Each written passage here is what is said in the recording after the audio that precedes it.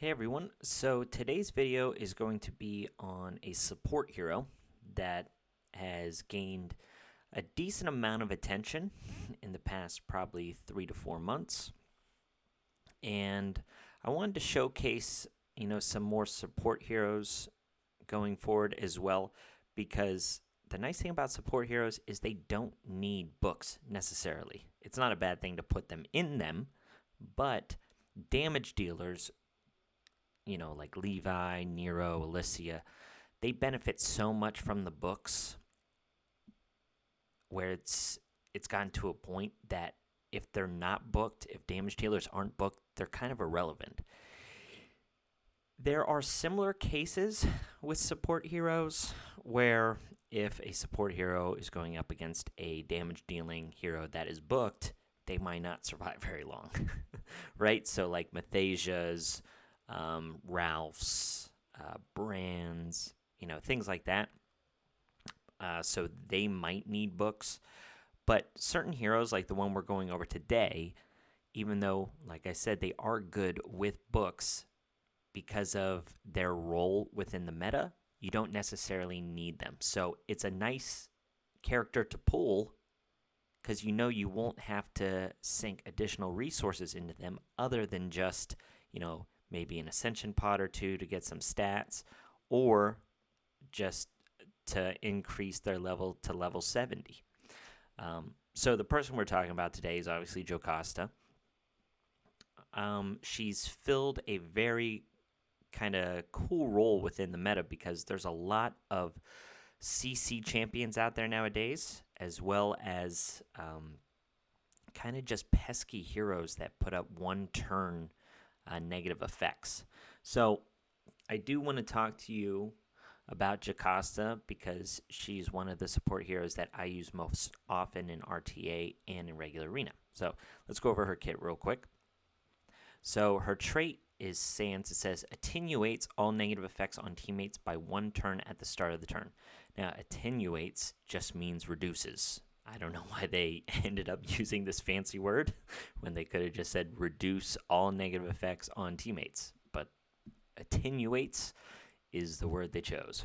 And then it says cooldown is 3 rounds. Now, 3 rounds is kind of a lot, but seeing as how RTA matches tend to only last like 2 or 3 rounds, I guess it's not bad.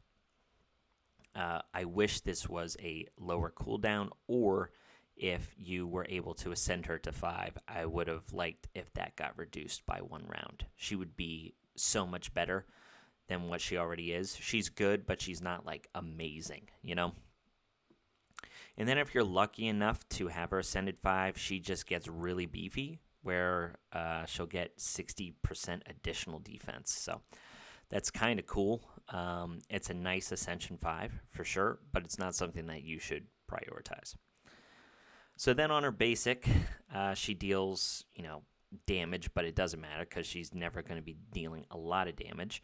The nice thing, though, is that she does 8% of the target's max health, or 3% if it's against bosses. So this is actually an okay damage dealing basic whenever she's used up all of her other effects in RTA. She can deal like 3,000 or 4,000%. 3,000 damage or 4,000 damage, which is nice to have. She then has this special ability where it restores 30% of max health to a single teammate and applies immune to that teammate as well, but then she also grants up a defense up to all of your teammates for 2 turns. So this is a pretty nice ability. She pairs well with Nero because of this defense up ability, and being able to grant immune to someone is kind of important in the meta nowadays, just because there's a lot of taunt, stun, block buffs, things like that. So being able to put this up on a champion that might be slower in the turn order than Jocasta, and the opponent's debuffer, putting up that immune on them is kind of really nice to thwart their plans. See, Jocasta has a really sophisticated word in her trait, and I just used the word thwart. So Yeah, I'm basically a man of culture, as you can tell, at least when reviewing Jocasta. Okay, anyway, moving on. And then her ultimate ability is Tomb Guardian, where it says removes one negative effect from all team members, applies invincible to all team members, and heal over time for 3 turns. So this is kind of her bread and butter. Paired with her trait, she is going to be removing essentially 2 buffs, 2 debuffs at the start of her turn, because she's going to use her trait to reduce the negative effects by 1 turn, and then her ultimate ability is going to remove the other negative effects. So pretty nice. This invincible is also really nice to have for 2 turns, because if your team is quicker than your opponent's teammates or your enemies, they will still have invincible up. So they can't do a whole lot of damage to your team. It's nice because the other character that Jocasta is similar to only does a 1-turn invincible. So that is kind of her calling card as to why she may be used over other characters in the elite spot, which I'll talk about here in a second. And then also her heal over time is really nice to kind of keep your heroes alive. And I tend to use her with tankier champions like Nero, so this heal over time is pretty nice.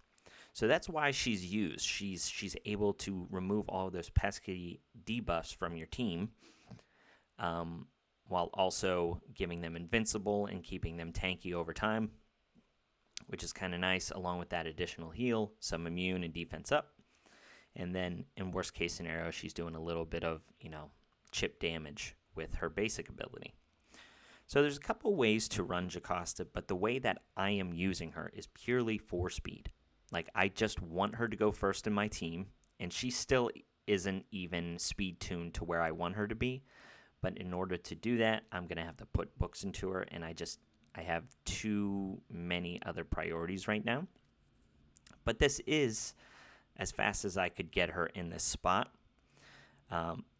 The health, I was always looking for health substats, defense substats, stuff like that.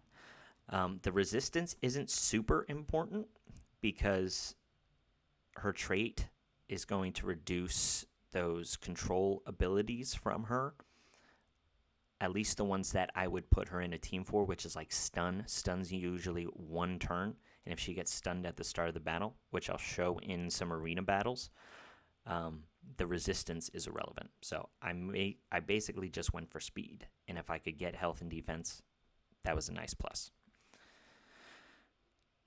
So the gear is just all speed gear. I have some decent substats on health and speed on the weapon, obviously speed boots.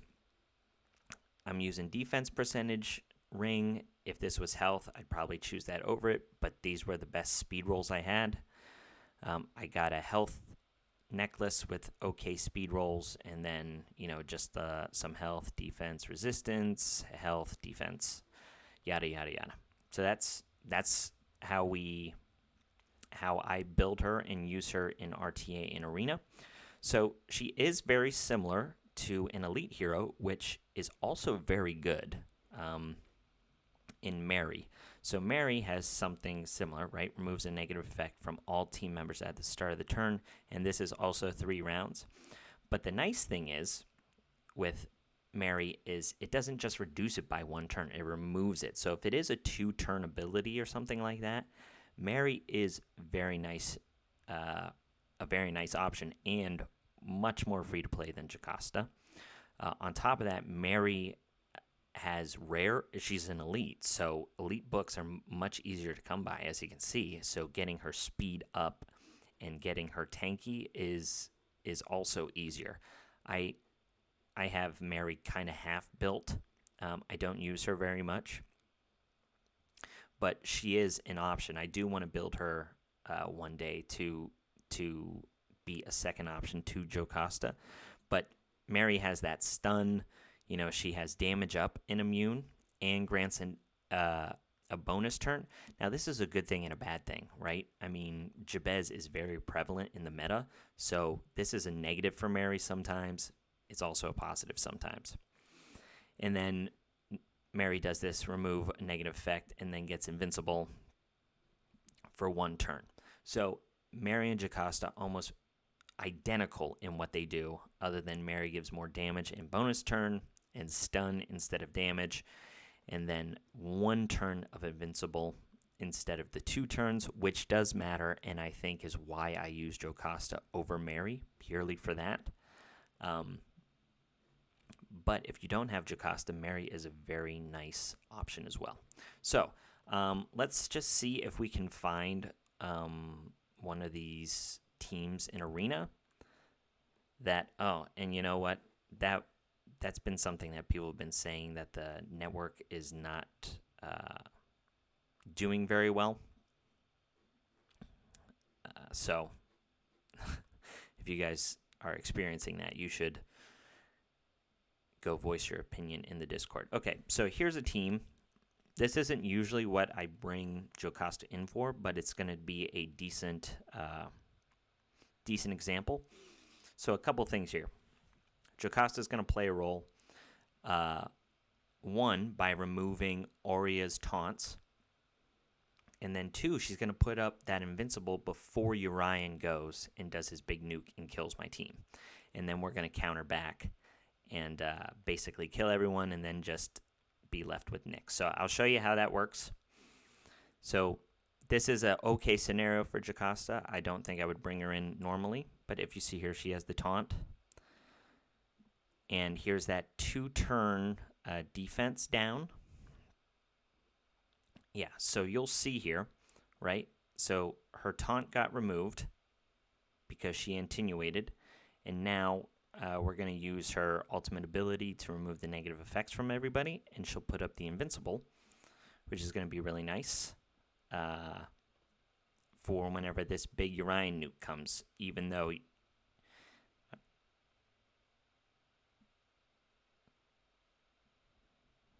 Okay. I was afraid. I was afraid Baron was going to kill Urian. But anyway, we do have the invincible up, as you can see here. So as soon as they're hit, this goes away. It doesn't matter that it's 2 turns.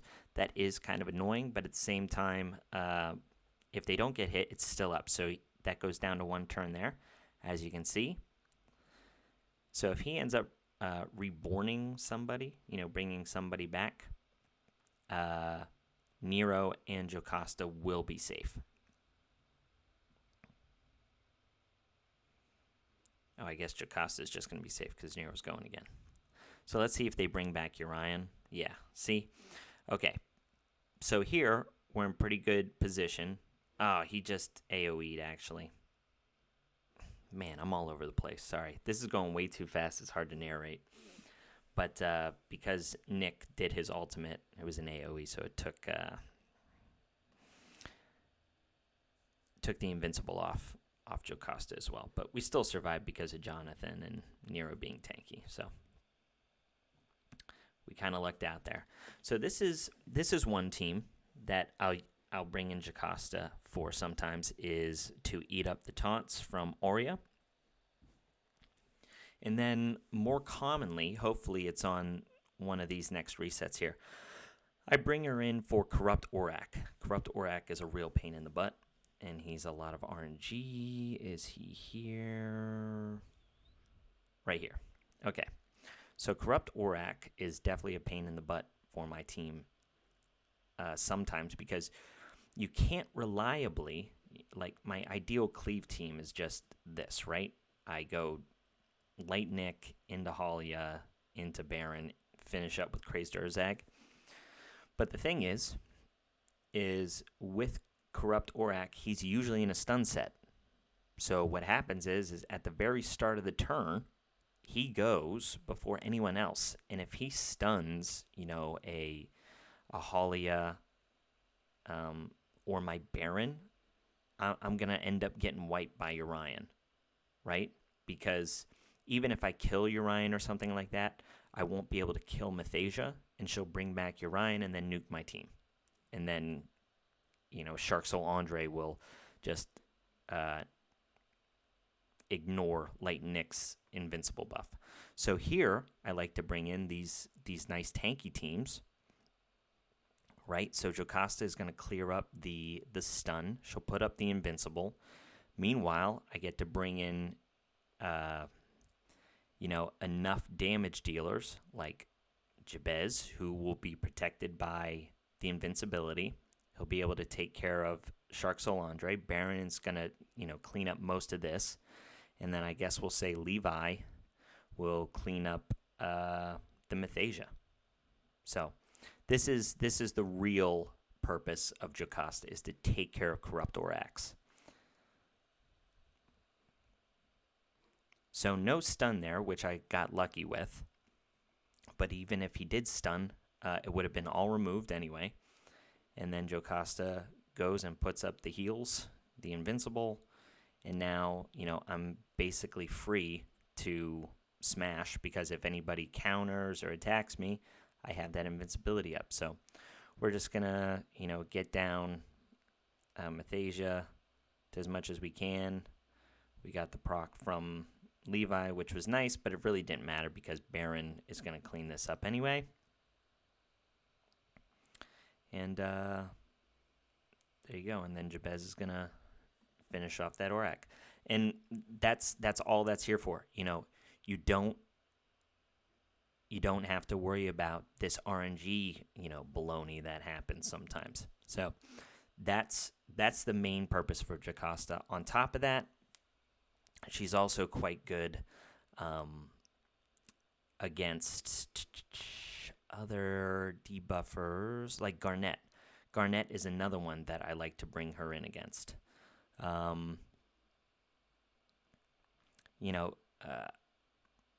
God Fairy has Silence. That's a nice one as well. What else is there? Yeah, I don't see much else here. So, a Garnet, I'll show you the same thing, because Garnet's definitely going to outspeed, right?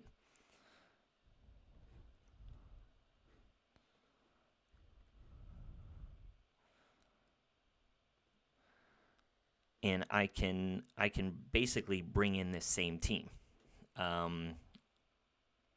Depending on how fast this Alicia is, you guys saw my Alicia showcase. If you watched that video, my Alicia is extremely quick. So if I was bringing in my Alicia, it would be faster than this Jocasta that I have. But I don't know if people are building their Alicia like that. So we'll see here.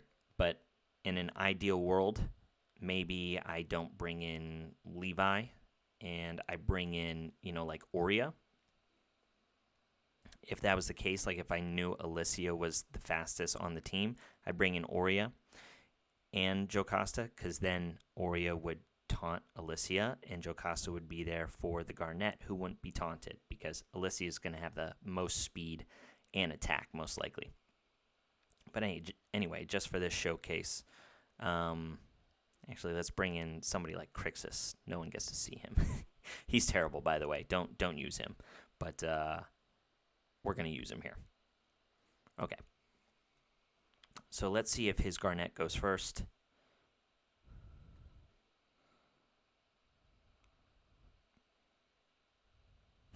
Okay, so that's also a slower Garnet, considering he got 20% speed as well.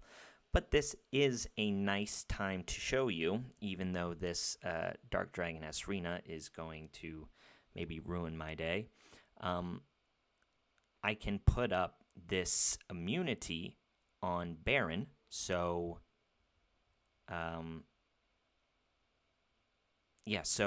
Garnet doesn't sleep her, right?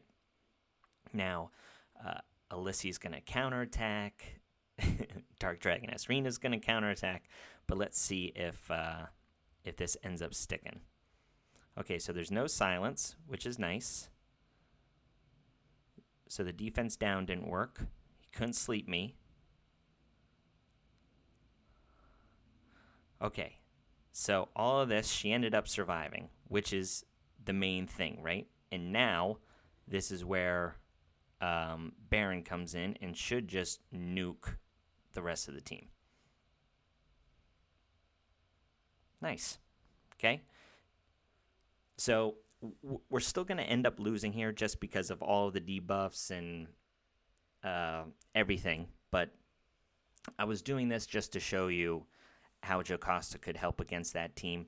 Knowing that I outspeed all of those people like that, I can just bring in a cleave team. But if you're going up against a much stronger kind of team with faster champions, which you're going to see a lot in RTA and on the higher ends of Arena, that's where Jocasta is going to be speed tuned. Against this stuff, it just didn't work out the way that I wanted to show you. But yeah, that's the main purpose of Jocasta. She gets around Garnet's. She gets around Aubrey's. Aubrey is another person who puts up, those annoying block buffs, right, on her ultimate ability. No positive effects. It's just a huge pain in the butt. So Jocasta helps get rid of that. I think those are the main people that I use for sure. Yeah, Jocasta is good against Garnet, Aubrey, and Corrupt Aurak. Those are the main people, but obviously can be used against Aurea as well. So that's my video for today, guys. A support hero that does not require any books, mastery books per se. It's always a benefit to put mastery books in any hero, but being able to get some use out of a hero when you pull them in without needing legendary books is always nice to have. So I hope I sold you on Jocasta. I think she's a great character. I think she's usually overlooked, but hopefully this video showed you that you shouldn't be doing that. So anyway, thanks for watching, and I'll catch you later.